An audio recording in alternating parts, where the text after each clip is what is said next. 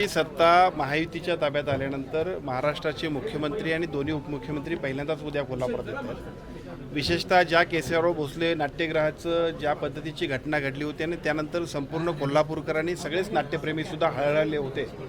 पण एका वर्षभरामध्ये दीड वर्षामध्ये या सगळ्या कामाची पूर्तता करून आपण सगळ्यांना उद्या हे मुख्यमंत्र्यांच्या हस्ते याचं लोकार्पण आपण करणार आहोत।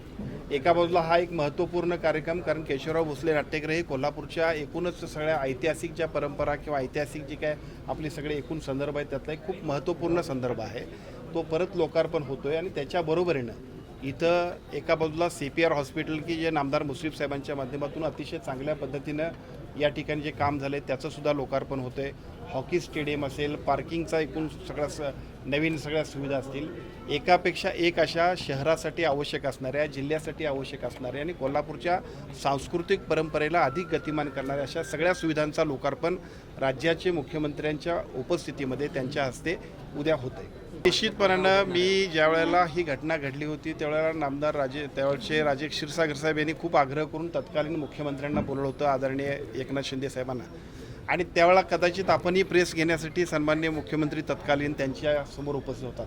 त्यावेळची अवस्था आपण बघितलेली होती। आपण केशवराव भोसलेला याच्यापूर्वी लहानपणापासून येत होतो अनेक नाटकांच्या निमित्तानं, कार्यक्रमाच्या निमित्तानं, आणि त्यावेळेला जी काही सगळी अवस्था होती ती अवस्था आणि आता बघितल्यानंतर मात्र एका नवीन लुकमध्ये पूर्वीचा सगळा हेरिटेज लुक पण त्याला अतिशय चांगल्या पद्धतीने जे केलं आहे, त्यामुळं भविष्यकाळामध्ये केशवराव भोसले नाट्यगृह ही कोल्हापूरच्या एकूणच संपूर्ण परंपरेला अजून चांगल्या पद्धतीने गतिमान करणार। पलीकडच्या बोलला आदरणीय नामदार चंद्रकांत दादा पाटील साहेब आहेत आणि आदरणीय खासदार साहेब आहेत। खरं तर ज्या पद्धतीनं कोल्हापूर शहराच्या विकासासाठी आम्ही सगळ्यांनीच महायुती म्हणून यावेळेला सत्ता राज्यात आली, देशात आली आणि त्याबरोबर शहरातल्या लोकांनीसुद्धा विश्वास ठेवला आहे। त्यामुळे आमची सगळ्यांची जबाबदारी आहे, एकापेक्षा एक सगळे प्रकल्प आणि त्यासाठीच्या निधीची मागणी, पूर्तता, निर्णय अतिशय वेगानं होत आहेत।